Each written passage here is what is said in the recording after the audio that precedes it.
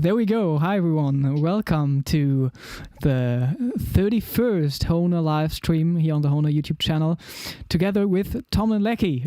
Welcome to the show. Thank you so much for having me. I'm really looking forward to it. Thank you for agreeing to do this. So I'm really looking forward to today because, I mean, we've never met in person.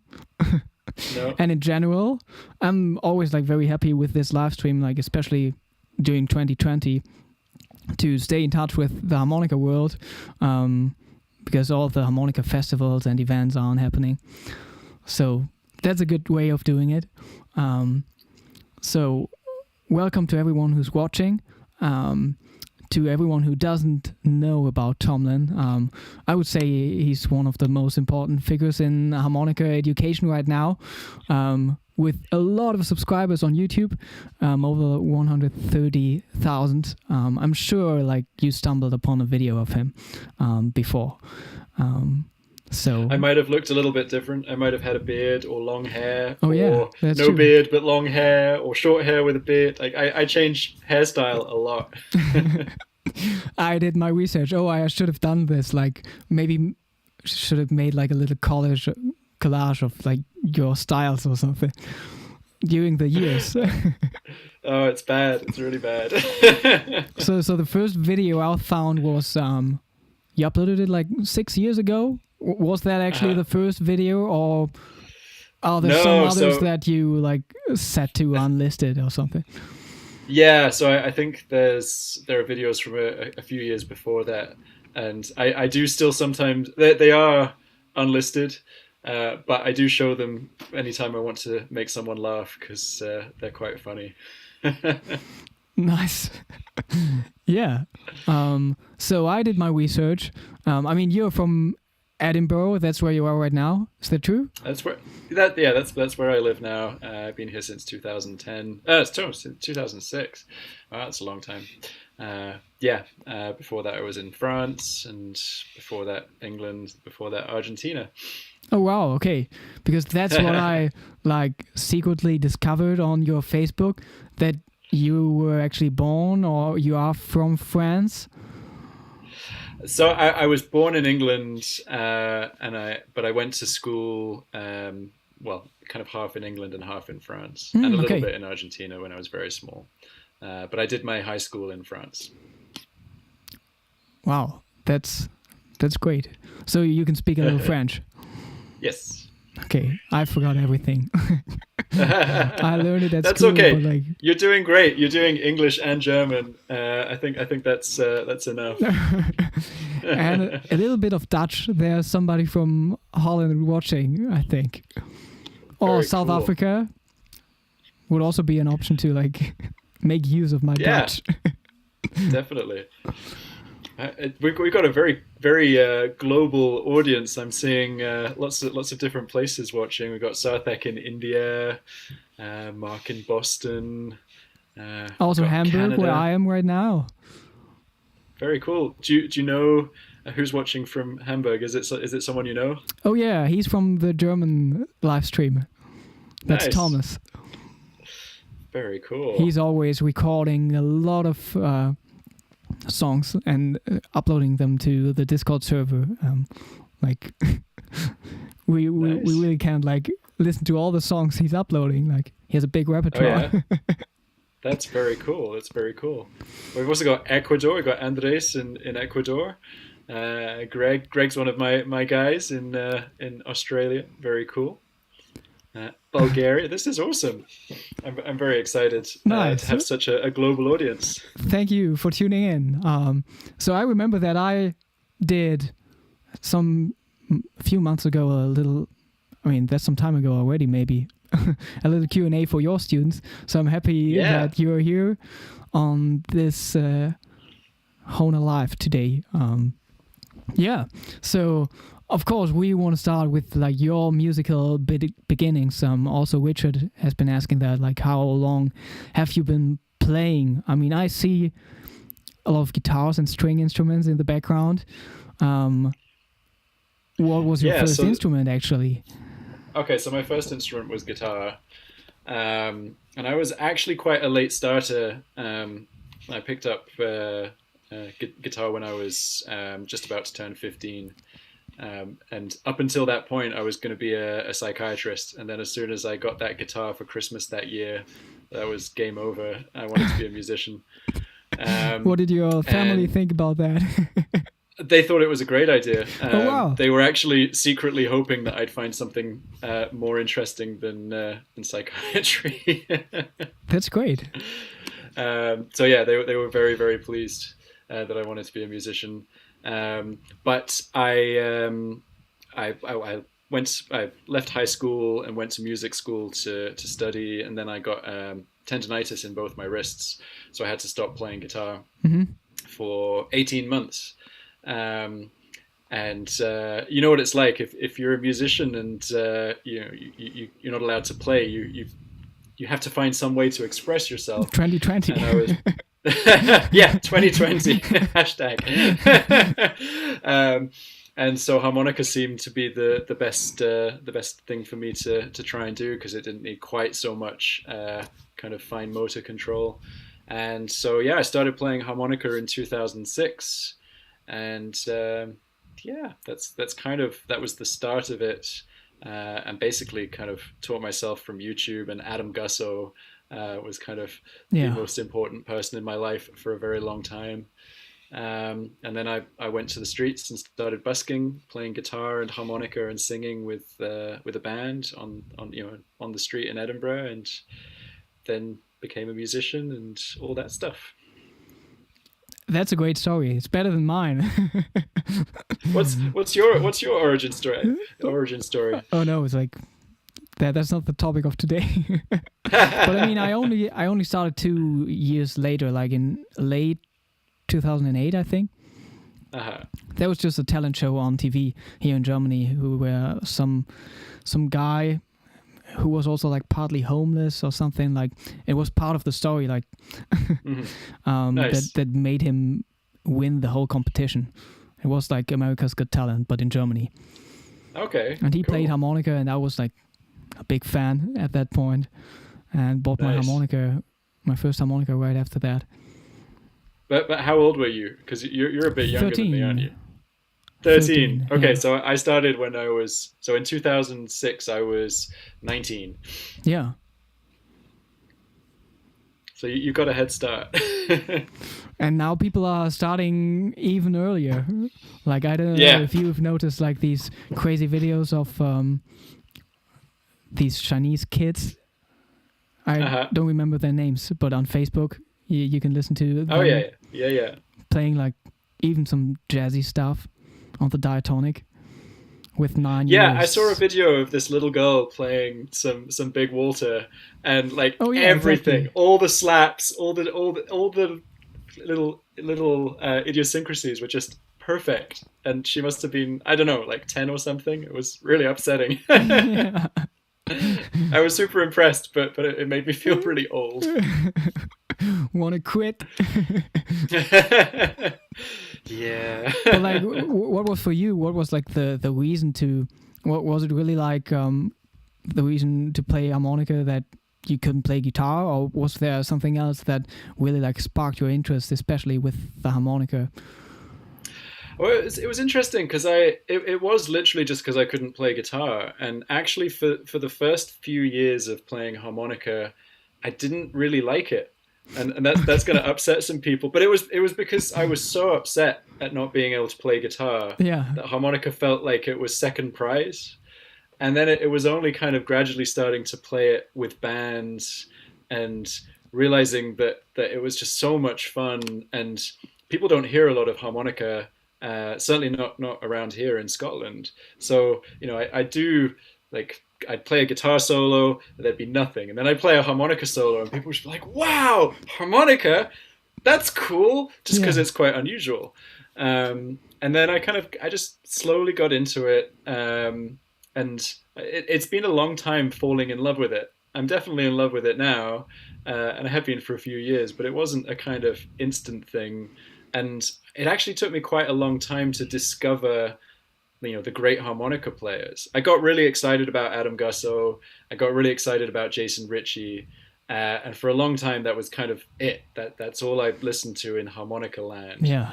And then after, very gradually, I went back in time slowly. So I did kind of them, and then Paul Butterfield, and then Sonny Terry, and the Sonny Boys, and Little Walter and Big Walter. And it's only kind of recently that I've really started going deeper on the proper classics. So it took a bit of time, but I definitely love it now. Joe, I think what really got me excited about harmonica, outside of teaching, because I love teaching. Teaching's definitely kind of the most important thing for me. But what made me want to be a lot better on harmonica was doing a workshop with David Barrett a few years ago. Okay. And he just his tone and feel and all the kind of tasty tongue block stuff, it really got me excited, and that's really where I fell in love. It's the little things. Yeah. So would you say like playing the guitar in the beginning, did it like influence your harmonica playing, or what was it? What kind of music did you play on guitar before that? Okay, so I think that's a great question. So I've played kind of anything kind of groovy rhythm kind of stuff. So funk, soul, R&B, blues, a little bit of rock. And then there was this kind of singer-songwriter side as well that I used to do a lot of kind of folky singer-songwritery stuff. But my whole thing was to try and do as much kind of the band parts on guitar as possible. So I was doing bass and rhythm and melody, and I was really into that. So getting to the harmonica was really disappointing because, it's not a chromatic instrument, at least not at first. And it's not really a chordal instrument apart from, a little bit in the lower end. And so right at the beginning, all I was trying to do was play guitar licks on harmonica. So I was like, where are these notes? I have to learn to bend and overblow.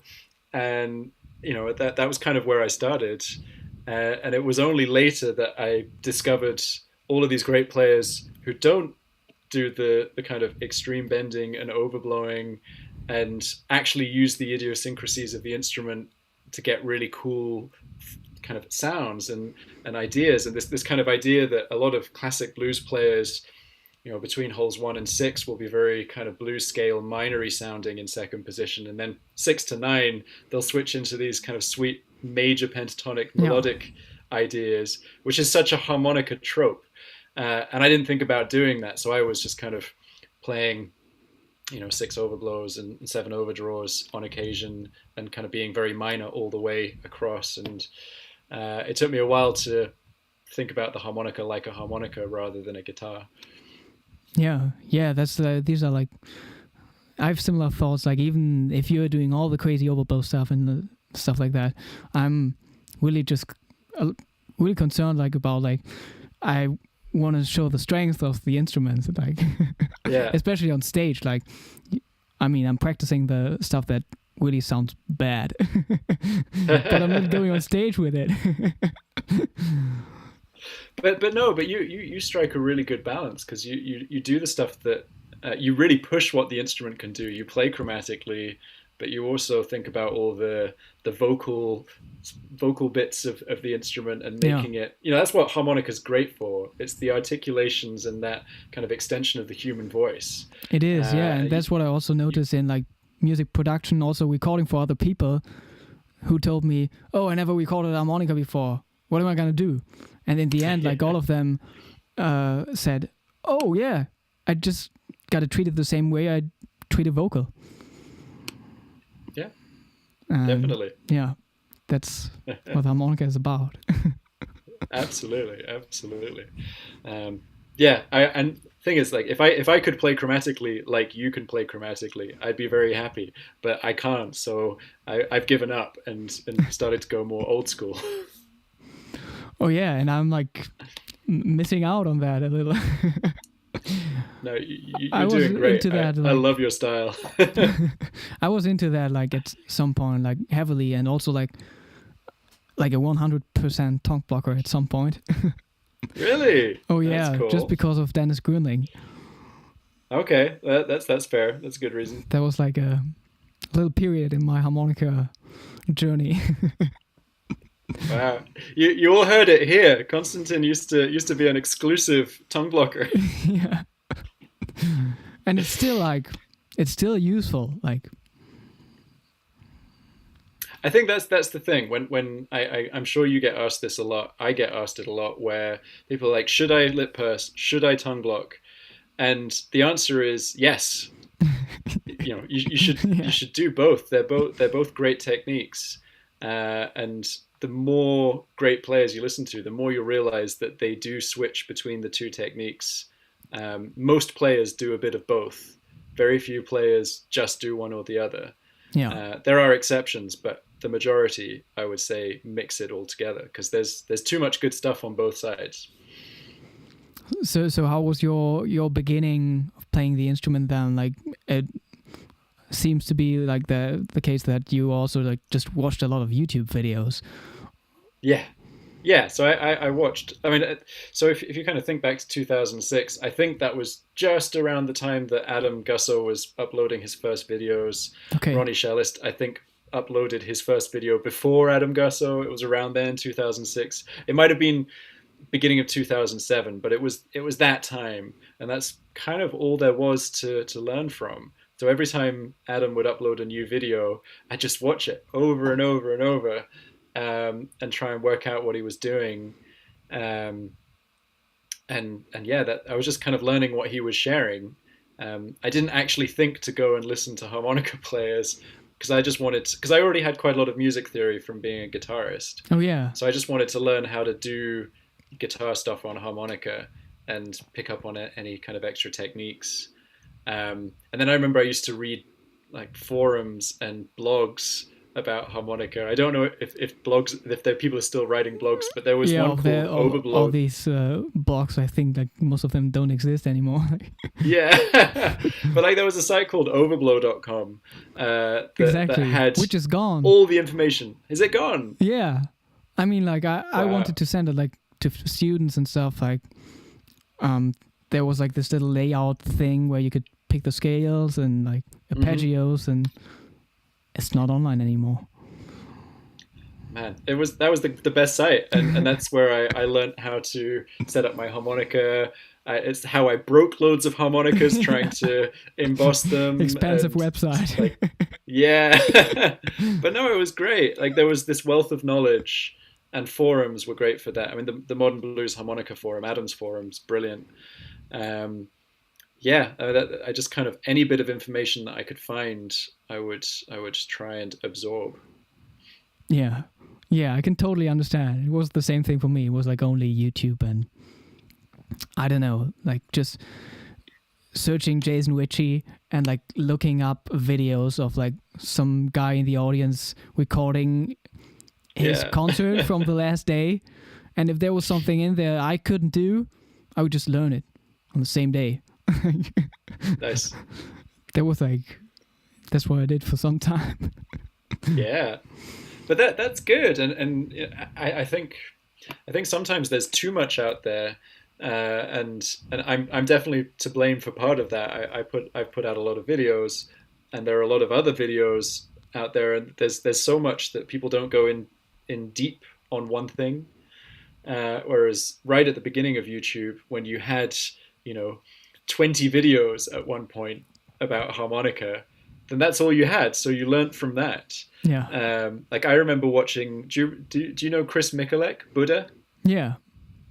So I remember like he maybe put up 5 or 6 harmonica videos before he passed away, unfortunately, which was probably like 2007, 2008. And I remember watching those 4 or 5 videos over and over and over because there was so much great stuff in there, but I still couldn't work out what he was doing. Yeah, that's true. They are still great. Like, to anyone who's watching, like, if you haven't checked them out, like, you should. They are still, like, up to date. Yeah, he was an unbelievable player. Very musical, very jazzy, very sweet vibrato. Yeah. Cam is asking, could you be so kind to jam? I mean, we should jam today. That's true. We got to So think about a way of doing it. well, that's the thing. Jamming, like actually jamming, two people playing at the same time over Zoom just doesn't work. Um, which has been very upsetting for 2020 because like I've not been able to go into any kind of space with my band to play. We just chat about what it was like to play. Um, Yeah. yeah. I don't know. Do you have you managed to jam with anyone on these Zoom chats? Oh, only like trading courses. Okay. So I'm way too scared to trade choruses with you. You got you think of me as a teacher rather than a player. but yeah, maybe like we could still play something, or you could show something. Yeah, we'll get to that. Okay. Adam is asking, how about some love for you blocking? Okay. I will. I'll tell you my thoughts about you blocking, and then Konstantin, you can tell me what you think of you blocking. What, in my experience, I've come across a few students who have either been taught to you block by someone else, or they've just discovered it by themselves. And on diatonic harmonica, U blocking is great for getting single notes, but then it generally makes everything else a lot harder. So it makes bending a lot harder. It makes everything a lot harder. So I would really strongly encourage people to either lip purse or tongue block if you're playing diatonic harmonica. As far as I'm aware, there are quite a lot of chromatic players, like chromatic harmonica players who U block, and that's a slightly different context. I still think that you're missing out on so many things if that's your only embouchure. I'm seeing Richard has said explain U blocking, please. Yeah. So I'll give you a quick talk through just the three embouchures so that you kind of know the basic idea. So an embouchure is what you use in terms of mouth shape to single out a single hole on the instrument. So there's lip pursing, which is literally making your lips into a whistling shape, so it's the same size as the hole that you're trying to play. So you're doing that kind of thing. There's tongue blocking, where your mouth is open over 3 or 4 holes, and you play out of the side of your mouth and you block the other holes with your tongue. It looks like this. You play out of so the tongue's going over to the left, apart from if you're playing hole 1, generally you'll put it over to the right. And then there's U blocking, which a lot of people can't do, because I think it's a genetic thing, whether you can actually roll your tongue. But you roll your tongue like that, and you block the holes like that. Yeah, I'm not a big fan. What are your thoughts? I mean, it's worth considering in a way that, like, I just remember that I was at a harmonica festival in Estonia, which also didn't take place this year. And we sat on the table after a concert together with the chromatic player Philip Achille. He's from London, I think. Okay. And we were talking about Embouchure, and he said that he's actually using a mixture between lip pursing and U blocking. Okay. So what he does is basically it's like just playing lip pursing, but the U blocking thing already, the position of the tongue is like further in his mouth, like he's focusing the airstream early on, which enables him to take the harmonica a little more far into his mouth. Okay. So yeah, basically he's lip pursing, but he's focusing the airstream with that U shape early on in his mouth. So it's not like that. It's like sticking out, but like back in his mouth. So that's interesting. Okay. That's something to consider. That's really interesting. Yeah, that's definitely really interesting. Thinking about it, I mean, that's what I'm doing. Exactly what I'm doing. So you're channeling the air with your tongue? Yeah. Okay. You're not using your throat?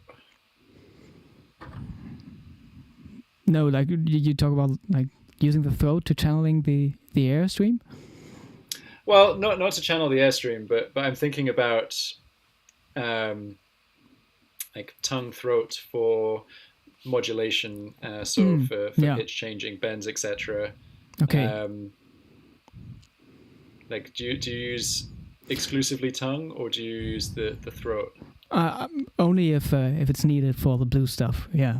Okay. Of course. Fair. But like usually it's my tongue. Okay. But yeah, That's sometimes it's nice to throw in like some throat vibrato into a more melodic song too.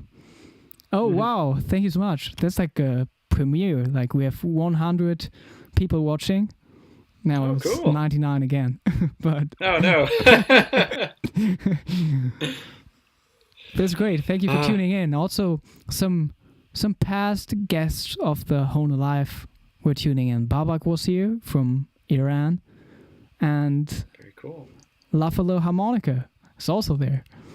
Very cool. That's awesome. I'm actually going to be doing a podcast with Lafalo very soon. Going to be chatting later this month, and when we get off this call, Konstantin, we need to have a chat about podcasts as well. I'm asking you on air so that you can't say no. Okay. I'm twisting your arm. You have 100 people who as my witnesses. That's true. Yeah. I can also see my buddy Shane watching.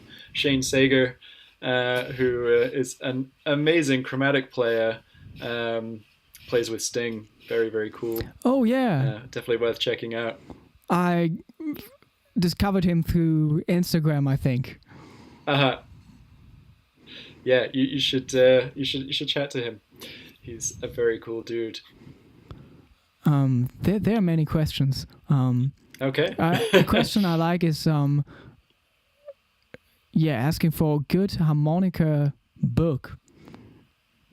Good harmonica book. That's so weird for us because we learned through YouTube. Well, okay, so this is the thing. It's a great way of learning. So I've not found a book that I like, but I've not looked for a lot of books.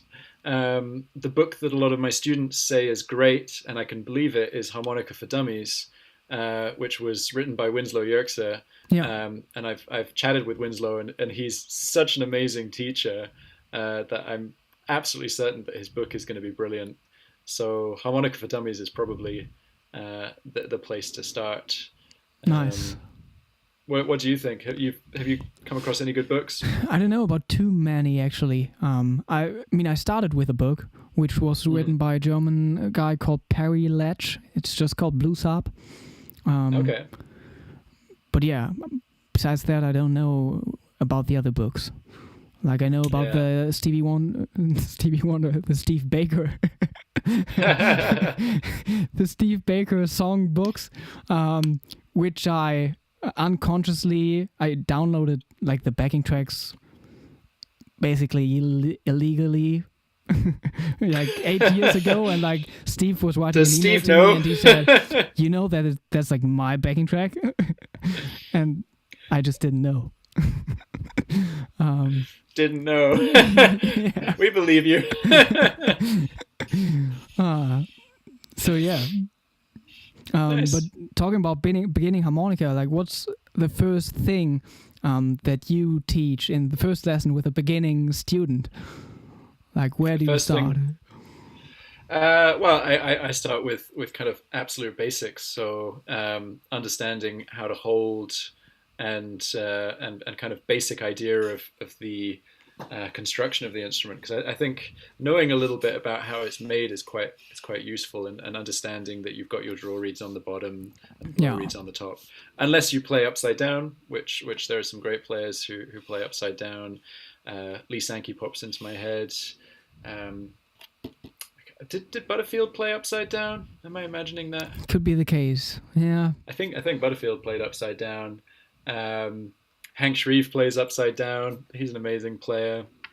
But anyway, I generally get people playing the right way up with the numbers on top, and then breathing and holding the harmonica in a kind of reference grip.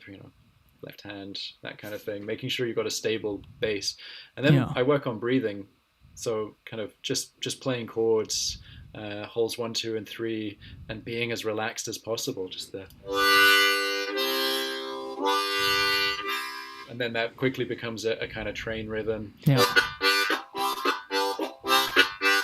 Really making sure that people aren't doing, really sucking and forcing the air through. Like, come back, relax, be chill. It's not a cigarette, it's a harmonica.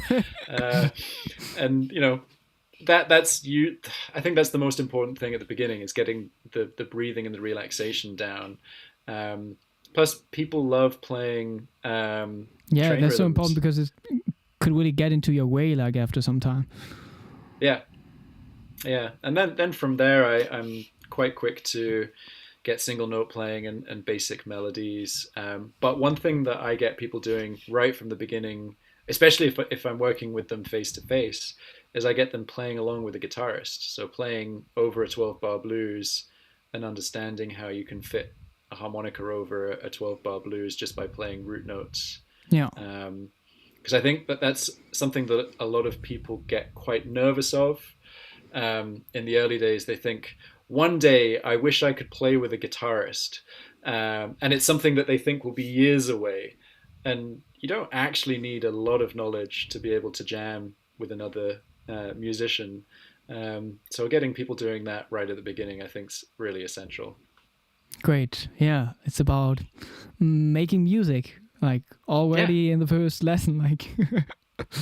Definitely, and it's got to be fun, because you know this and I know this, but there's going to be a lot of really boring hard work if you're going to learn an instrument, and you kind of need to trick students into kind of committing to it, because they've had so much fun doing something simple that they then know that it's worthwhile persevering and pushing through the pain, because there is so much pain. Most people struggle with clean notes. Most people struggle with breathing. Yeah. Then we get to bends, and there's all this stuff that it's quite a tough instrument to get started on. Yeah, somewhat it is. Although, of course, like, we have these two chords that sound great in the beginning, and I mean, it's at least different compared to starting on violin. Yeah. Violin's another tough one to get going on. Shane has just said that William Clark played upside down as well, so that's another good example. Oh yeah, okay. Heavy tom blocker. Yeah. Oh man, yeah. William Clark got me really excited about learning chromatic harmonica this year. Oh yeah. As did Shane. I had a great chromatic lesson with Shane, and then he said that I should be listening to William Clark for chromatic stuff, and Hank Shreve, and I did, and I was like, okay, and Paul DeLay, and and there are amazing recordings by William Clark playing diatonic harmonica, but like in third position, like a low one, and like sounding like a chromatic. Yeah. Oh, man, that's the William stuff I really Clark like. Was an absolute animal on the instrument. Say it again. I would just say William Clark was an absolute animal on the instrument. It just was so good. Oh, Advanced Lawn and Garden says, I love Georgia on my mind. That's what I also noticed on your channel, like scrolling down. Basically, the first video where you taught a song was Georgia on my mind. Uh-huh. Yeah, would you like so that's an interesting one. A little one. bit about this one? Yeah. Like which harmonica you play it on, or which position? Okay, so I'm playing second position on a C harmonica, I think, from memory. Yeah. The thing that I find quite upsetting about that video is I think I'm a much better player now. Yeah, I mean, that's 6 years ago, of course.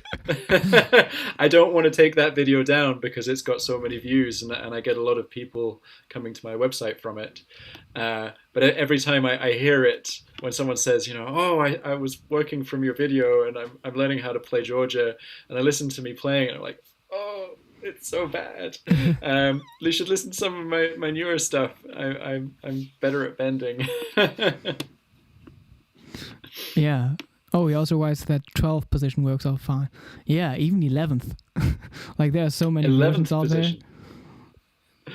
That's It's a pretty great jazzy song. stuff. I mean, I'm so basic when it comes to my positions. I'm kind of second, third, and first in that Yeah, and the thing order. is, I'm also not thinking about positions. I'm just saying them out loud because like some people think about positions. Okay, so well, I know that you're interviewing me, but I cannot let that slide because that's interesting. How do you visualize the instrument? What are you thinking Hmm. if you're not thinking positions? I mean, it's sometimes it's piano, and sometimes it's Hmm. like a 3D model of the instrument. Uh-huh. That's Yeah, cool. and it really depends on the context, like which way of thinking helps me. Yeah.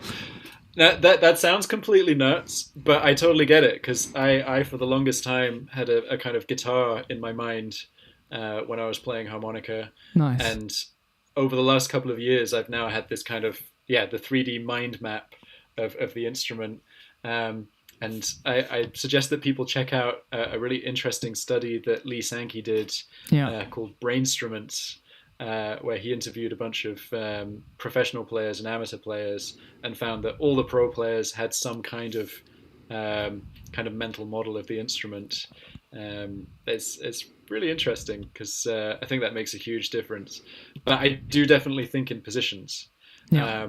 but I switch. So, for example, when if I'm playing just over a 12 bar blues, I quite often think second position over the one chord, and then my mind switches to first position over the four chord, and third position over the five chord. Yeah. Um, does that make sense? Yeah, it does.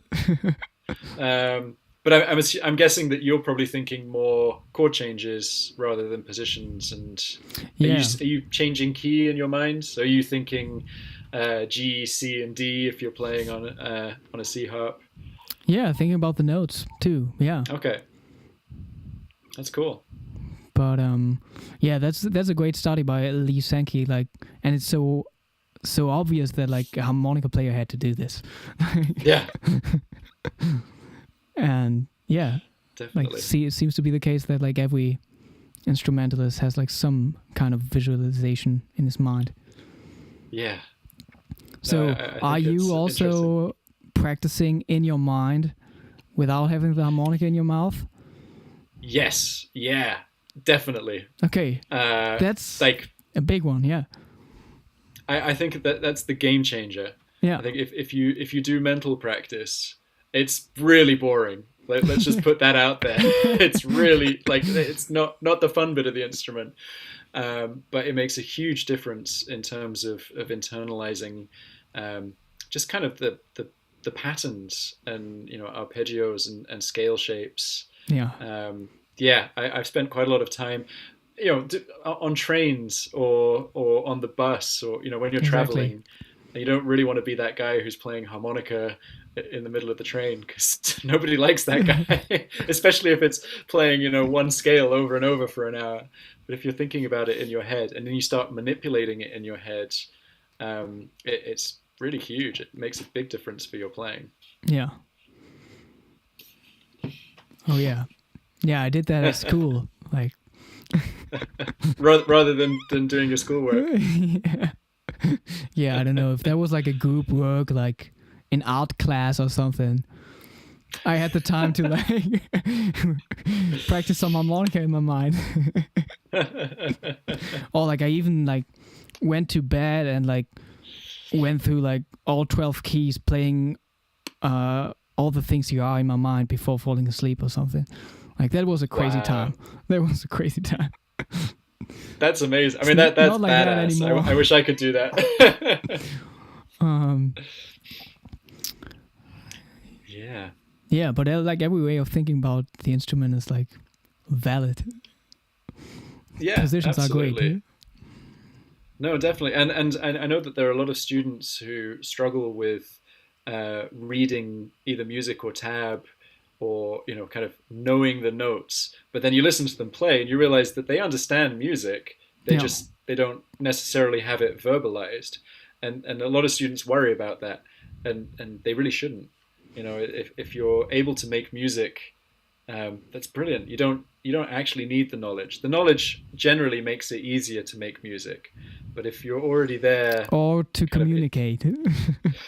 no, that's a solid point. Yeah, having the knowledge helps you to communicate with other musicians. That's huge.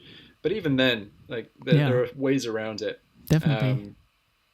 Yeah, I mean, I love teaching theory and getting people. I love sneaking theory into lessons. And it's like you don't even know that it's coming. It's like, oh, we've got the Nashville system just casually thrown in here.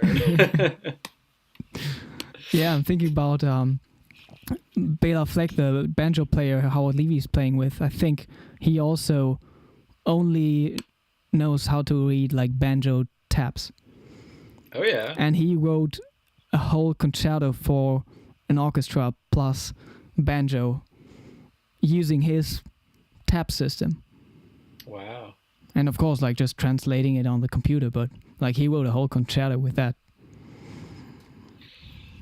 That's very cool. And Bela Fleck is an amazing musician. So it's that's very cool. Oh, right. Harp Guru. You know about the Harp Guru app? I don't. No. What's the Harp Guru app?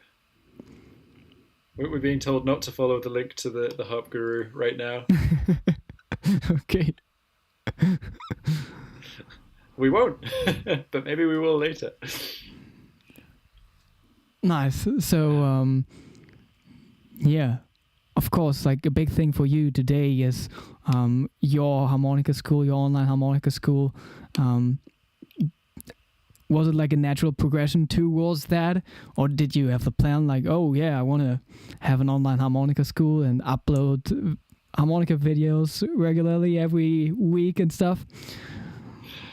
So it got very planned eventually, but at the beginning it was complete accident. So back in 2010, I set up a physical music school in Edinburgh. Okay. And I had a bunch of different teachers teaching for me, and I was teaching guitar and harmonica.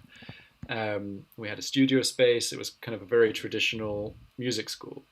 And every week my harmonica students would come back to class and say, oh, I don't remember how the thing goes that you showed me last week. And that was so annoying. I was like, okay, I'm going to record a video for you to watch. I'll put it on YouTube. Okay. And then you can refer back to it. And I did that every week for my students that I was seeing in class. And it was great because they then knew what they needed to work on, what it was supposed to sound like. And I was like, brilliant, this has solved a problem. And I did that for a couple of years. And then I started getting these really random emails from people in the States.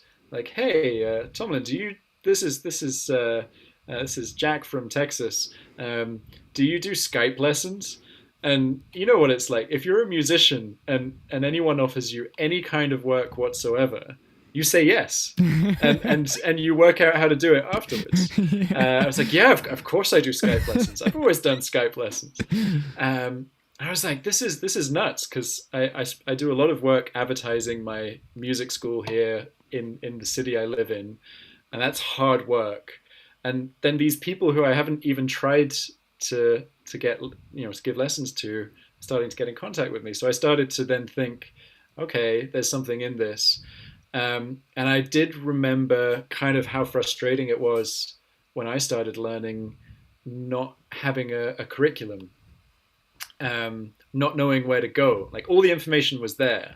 And certainly by this stage of, 2010, 11, 12, 13, everything you need to learn harmonica is available online for free.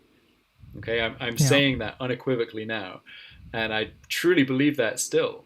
The issue was that you didn't know what order to do things in, and you didn't necessarily have a teacher giving you feedback and helping you and guiding you to the next stage. Yeah, and you got to sort out the good stuff from the bad stuff. Yeah, absolutely. So there was a point where I realized that, without much effort, people were starting to get in touch, and I was building an audience. that I thought I could actually start doing this online school thing. So I probably started taking it seriously from 2015. And then the actual school launched in 2017.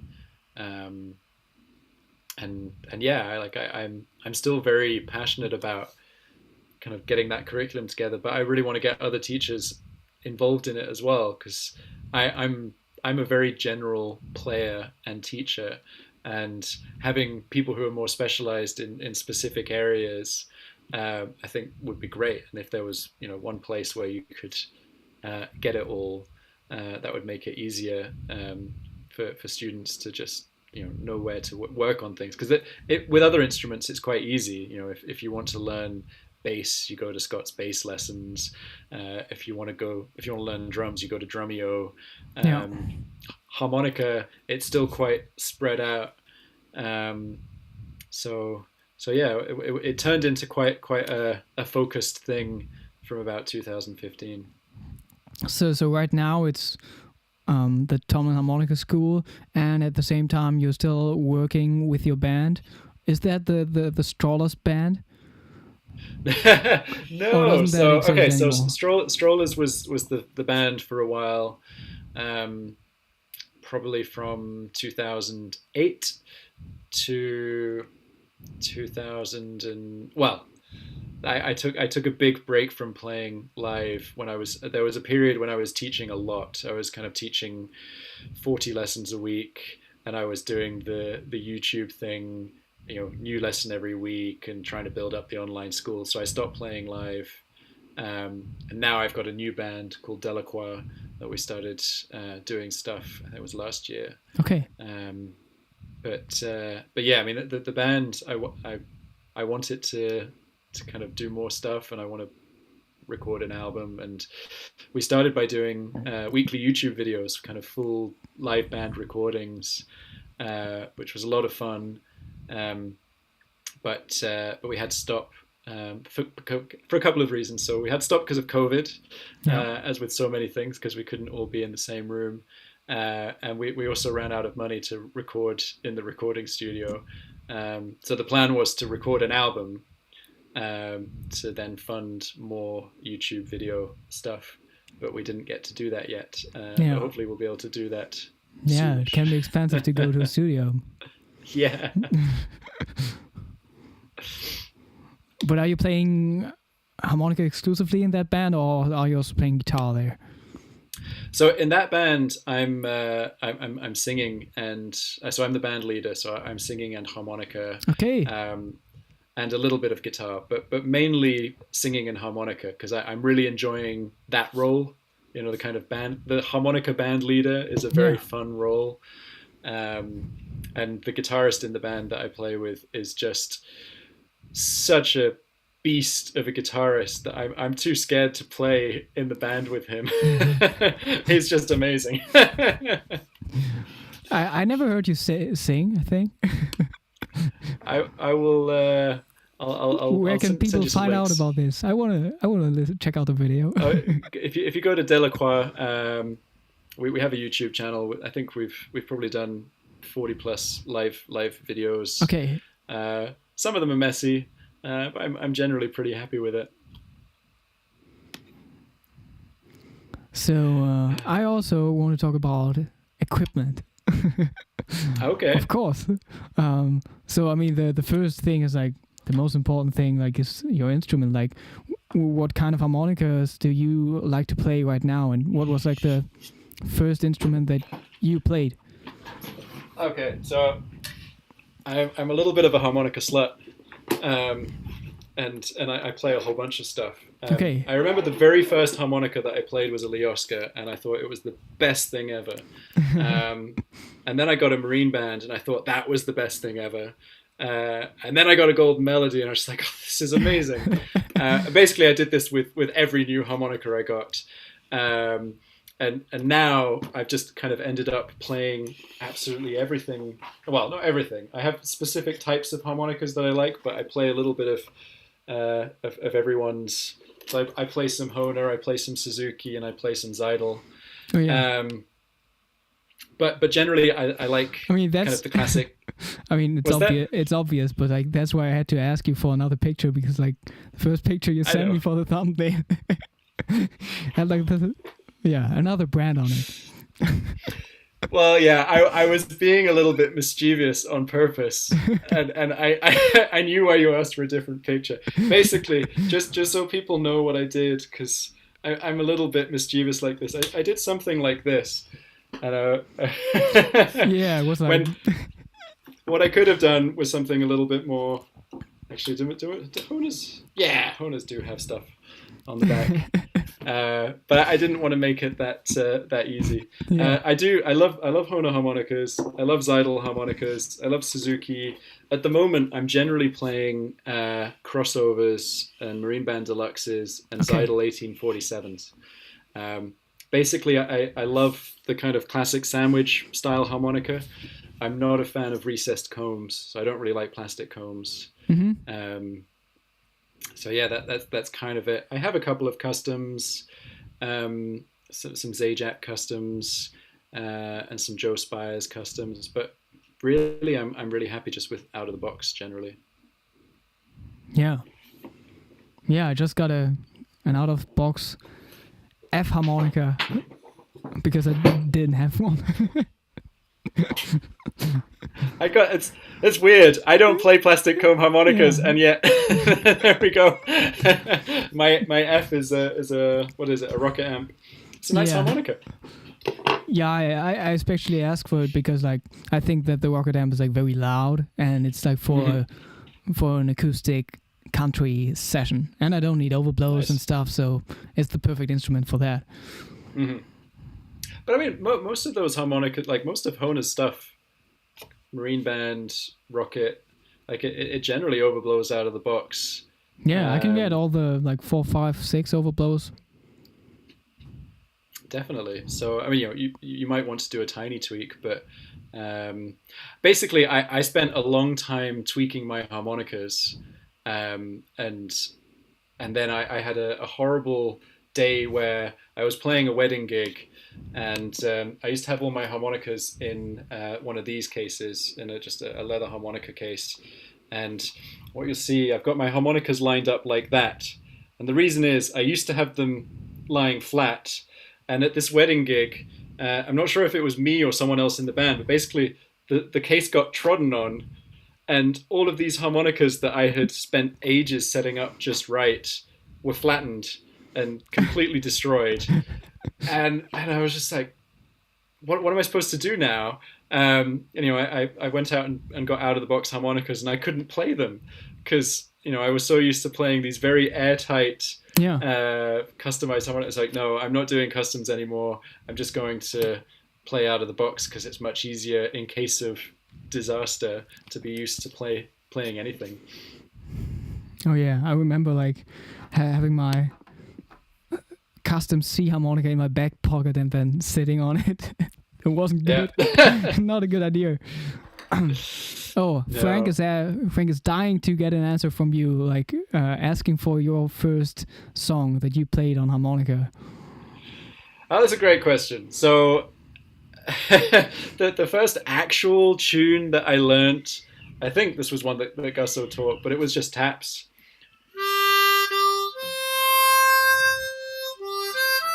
Which is great because it's all blow notes, and I quite often teach people that right at the beginning. I think the first 2 harmonica songs that made me feel pretty cool about playing harmonica. The first one was Lowrider, and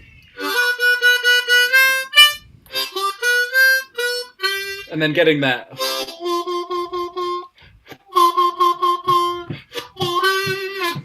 Getting that 2 whole step bend and doing that on stage, feeling like a badass. That was cool. That's such a cool song, those and then Sweet Home Chicago was another one. Although the version I play, I don't know where I got it from because I haven't heard anyone else do it. Sweet Home Chicago. So it was either Lowrider or Sweet Home that were the kind of the first.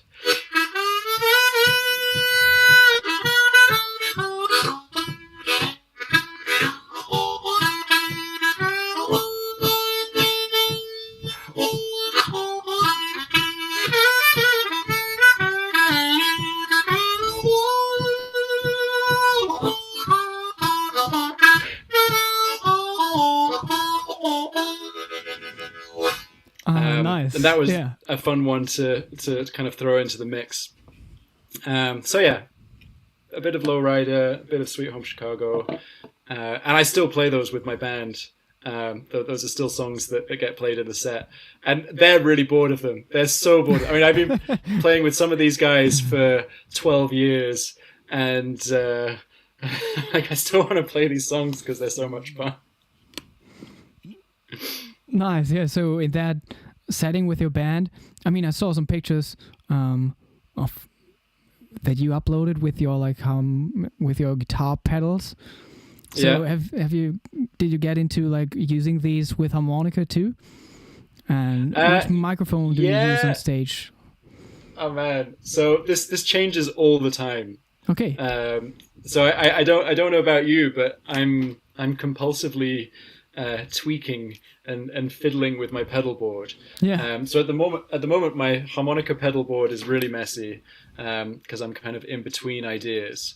But for the longest time, I had this kind of mixed board that did guitar and harmonica.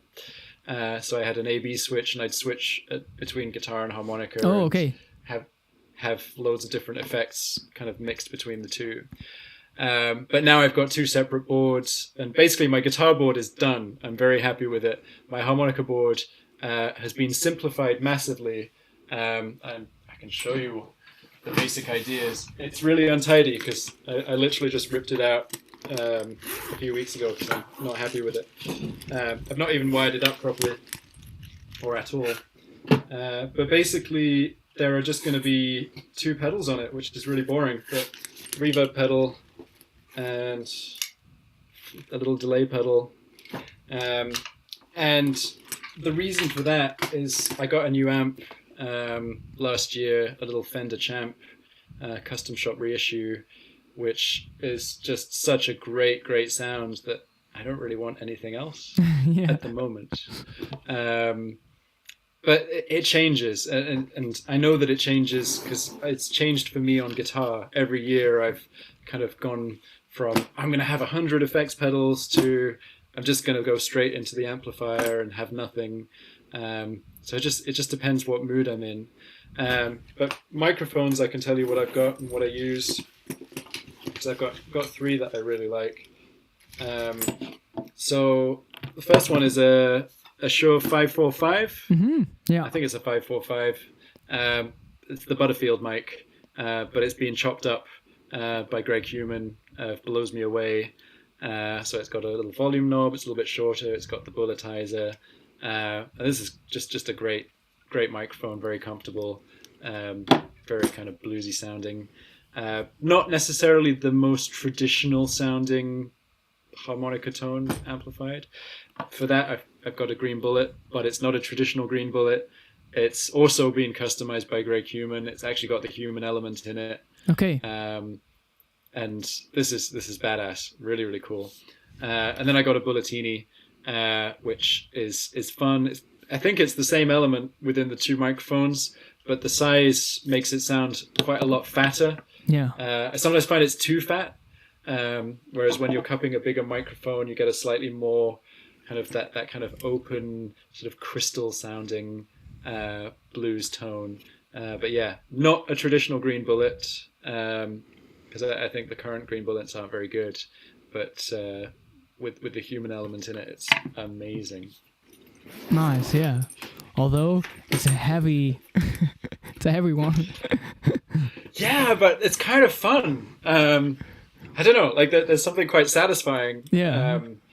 And also, if the promoter at the end of the gig starts doing that thing, we're like, oh yeah, so I know we agreed on a certain number, but we can't actually pay you that. You've got a weapon. So it's, that's why you need to have a Green Bullet in your gig bag.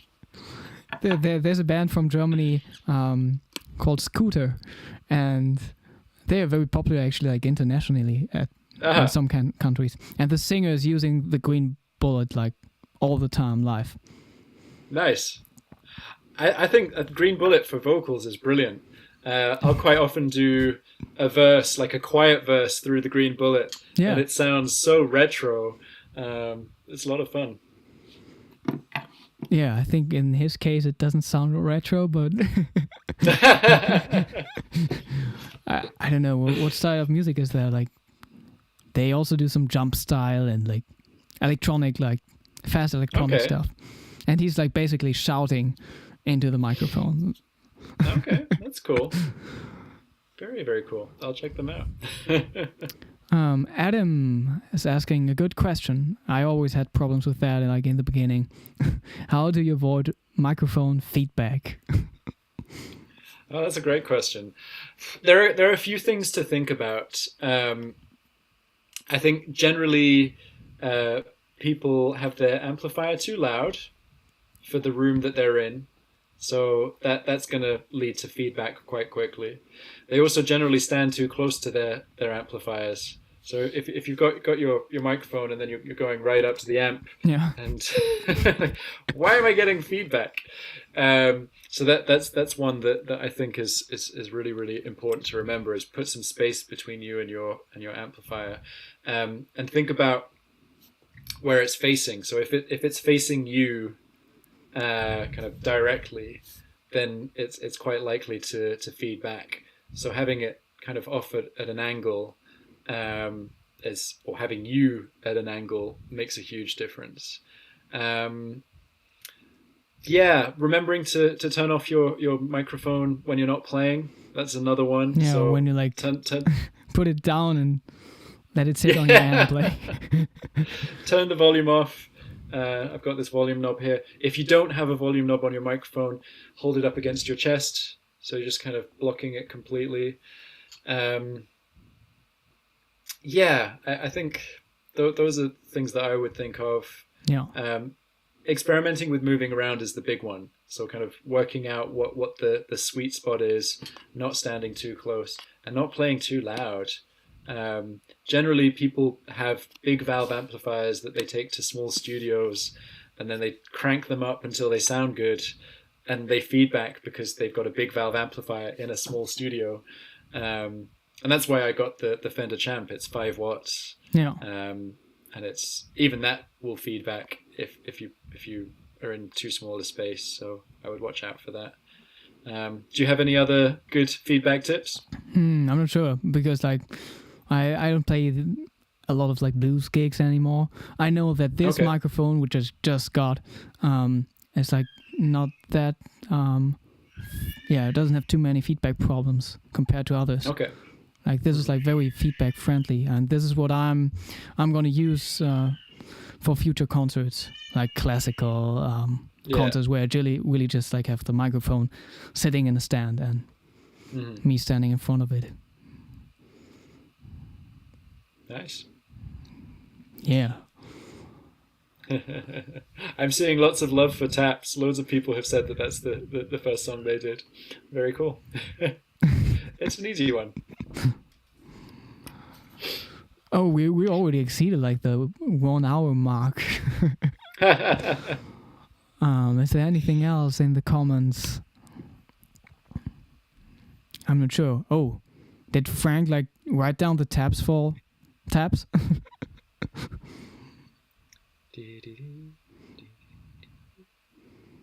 think so. That looks pretty good. Yeah. Oh, there's a question by Shane. Gotta ask the both of you, who are your 5 harmonica heroes? Ooh. I'm Do you want to go not first? interested in your harmonica heroes. I would like to know about your like musical heroes, like in general. Like what kind of music are you listening to today? Oh, no one's gonna like what I'm listening to today. I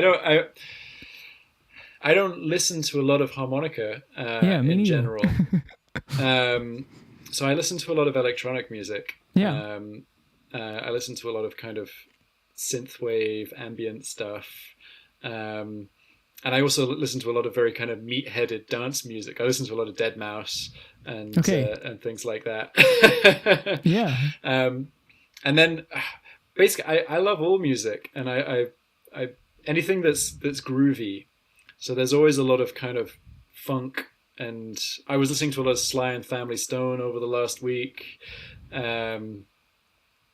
Lots of kind of Earth, Wind and Fire. Anything that has that kind of that cool groove that makes you want to move. In terms of kind of musician heroes, I do have harmonica player musician heroes. I have guitar heroes. I'm quite embarrassed about this one, but my all-time favorite guitarist is John Mayer. Yeah.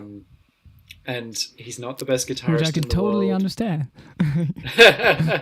But he's my favorite. I saw him play live last year for the first time, and I cried twice. Yeah. It was such a big deal for me. In terms of harmonica players, it's tough. I'm a huge Jason Ritchie fan, and I think even more so after he did that album with was it JJ Appleton, where he kind of came out and showed everyone that he can also do the kind of traditional playing. You're like, oh wow, this guy can do everything. And I'm a big Adam Gusso fan. This is really bad because I'm just going to name kind of people that I really look up to as teachers as much as anything else. Other harmonica heroes. I did recently get into William Clark, and I feel that he's for harmonica player that harmonica players love. He's very underrated outside of the harmonica world. Like I don't think people know him outside of harmonica. Yeah. Which is a shame. This is tough, Shane, because I really want to say you because I love listening to you as well, and I really want to say Konstantin, but I realize that's not the point of of this question. But yeah, for me it's also Stevie Wonder. Oh yeah. Although he plays chromatic harmonica, like but he doesn't just play chromatic. He plays some great diatonic. Yeah, there are some recordings. That's true. Like Boogie on Reggae Woman. First position. What is it, like an A flat harmonica? First position. That's a great tune. I also like John Mayer. Nice. He's not a hero, but like I love the solo over Gravity. Oh, dude. That's like the most tasteful musical thing there is. Yeah. Yeah, I could listen to that like, I don't know, a lot of times in a row. Spinner one-wise, we should get back to his question. Could you show what a golden melody can do versus a special 20? They both can do the same stuff.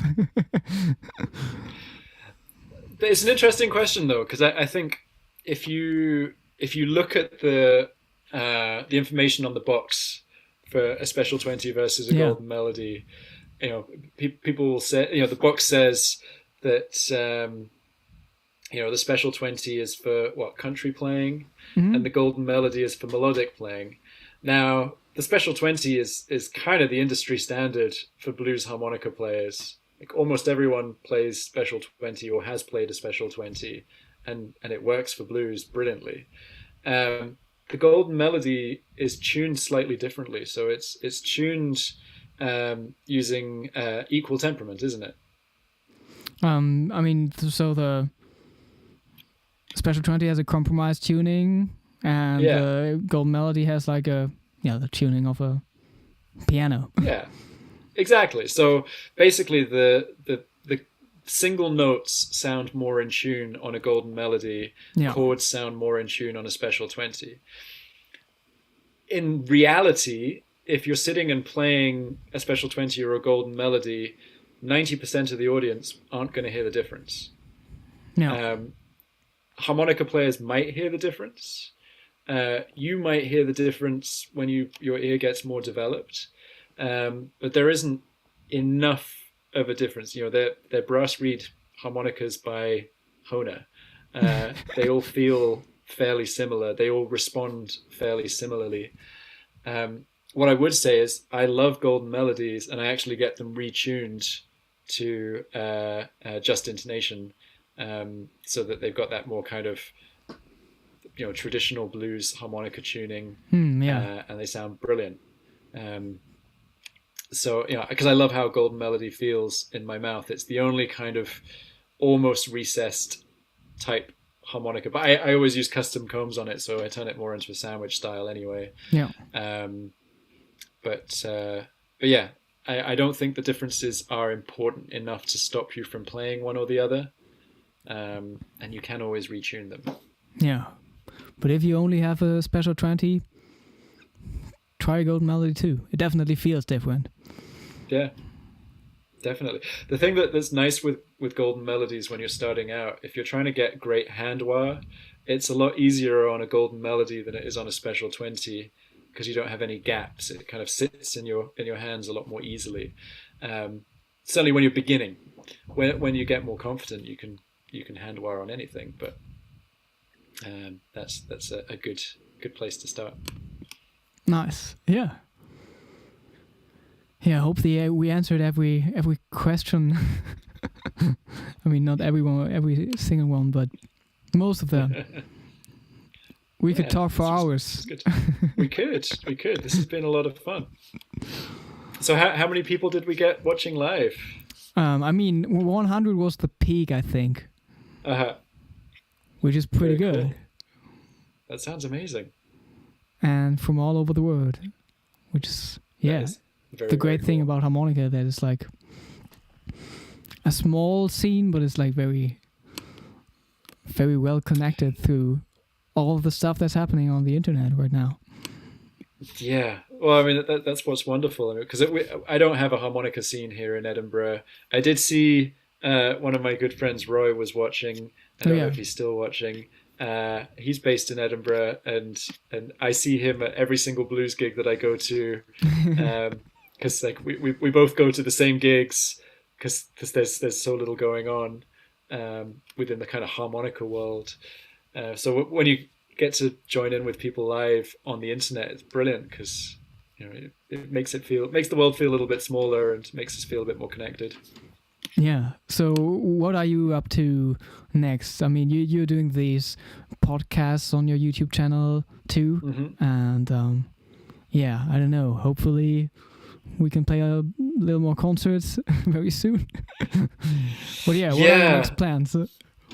So, well, I mean, the thing that people ask me about, I get emails all the time, is there going to be a harmonica workshop in Edinburgh next year? Because we had to cancel our harmonica workshop this year for obvious reasons. And the answer is, I would love there to be a workshop next year, but I don't know. I really can't say, and I'm not going to book something until I can be certain. And I think that's the issue at the moment with almost everything. I want to record an album with the band. I want to be playing gigs. I want to do the workshops. Those are all things I can maybe record the album. That's the easiest thing to do in the current climate. But currently we're not allowed. At your gigs? Well, yeah. I mean, it would have to all be online. But we've just been told that we can't have more than 2 households together. So if you've got 5 people in a band who all live in separate homes, they can't all be in the same space. You have to move together before recording the album. Exactly. So I'm really just focusing on the harmonica school for now, and the podcasts. Podcasts have been a lot of fun. I think it's a little bit like the great project you've been doing of doing the daily live streams in German. Doing the podcast was kind of my fun thing to do during lockdown. Yeah. Because it meant that I could still, be talking to harmonica players and have that interaction and meet people. So yeah, playing a gig would be really nice. So musicians get a little bit crazy if they don't get to play live, and I'm definitely feeling that. So fingers crossed. Yeah. Please play something. How can we end this like playing something?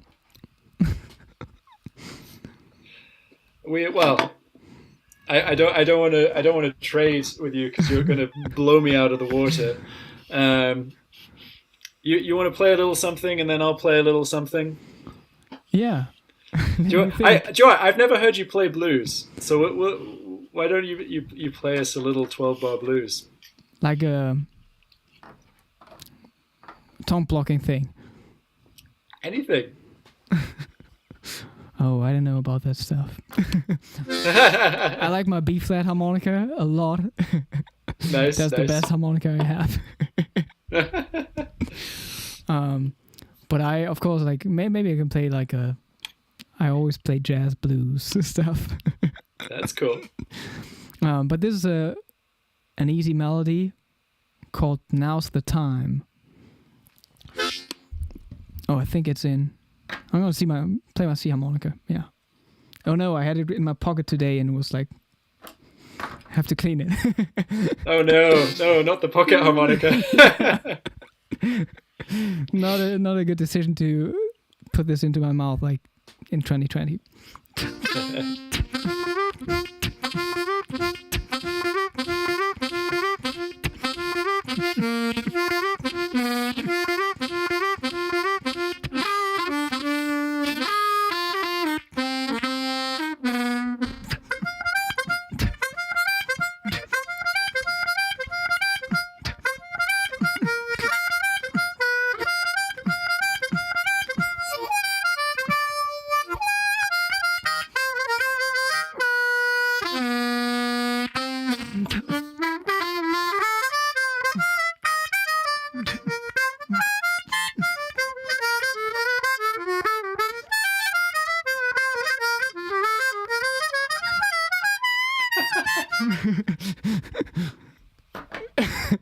Oh my god, that's so good. That's It's so good. Don't stop.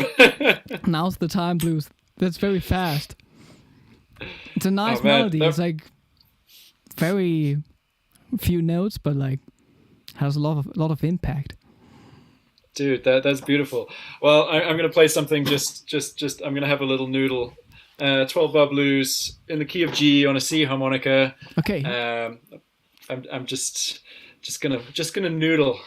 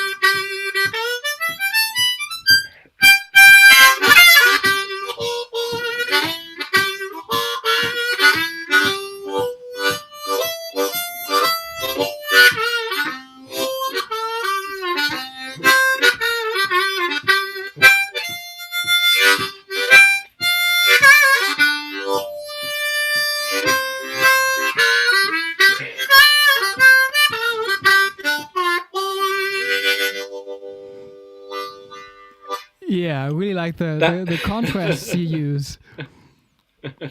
Thank you. That moment when you discover you got a sticky reed. Like... Yeah. Anyway, excuses. Yeah, and then like thinking about the phrase to like free the reed. Yeah. But yeah, that was great when you went up like the major pentatonic and then you had that heavy slide down to the lower holds again. Like, I mean, that's like these contrasts are so important to use. Definitely. Well, I think that's what I've discovered over the last few years with the harmonica. It's one of the few instruments that makes the contrasts very easy. Guitarists aren't very good at looking for those contrasts unless they really think about it. Whereas harmonica, the notes are laid out in such a nice way where you can really switch between, that dark.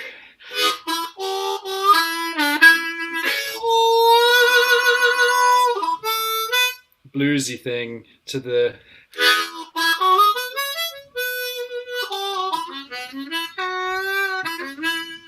sweet stuff. Yeah, and then you can mix them together, and it's laid out so effectively for that. Yeah. But I mean, we don't need to sell the harmonica to you. If you're watching us tonight, you probably like harmonica. But yeah, but that's definitely like a USP. Yeah, USP. Very cool. Yeah. Thank you so much for everyone watching. Spread the word about the USPs of the harmonica. And, A little bit dark, a little bit sweet. thank you so much, Tomlin, for your time and for agreeing to do this. Yeah. It was my pleasure. Thank you so much for asking me. It's been a lot of fun. And yeah, hope to see you at some harmonica event or somewhere else soon in person. Yeah, just like not in my bedroom. That would be great. In real. Yeah. Nice. Okay. So the next Hohner live stream will be in 2 weeks. I actually don't know yet who to invite. I talked to some people, but also some people are afraid of like speaking English. Okay. So yeah, if you have any ideas, let me know in the chat. And yeah, hope to Have see you you had again. Liam Ward on yet? No, but he's on You the should list. ask Liam. Yeah. He's great. He's really, really good. He's my brother from another mother in harmonica land. So Yeah. you should definitely talk to him. He's on the list. Yeah, he will be part of this very soon. So Nice. yeah, let me know in the comments. See you in 2 weeks for Hohner Live 32. Yeah. Have a cool. good evening or Awesome. day wherever you are. Bye bye. Bye bye. Thanks for watching.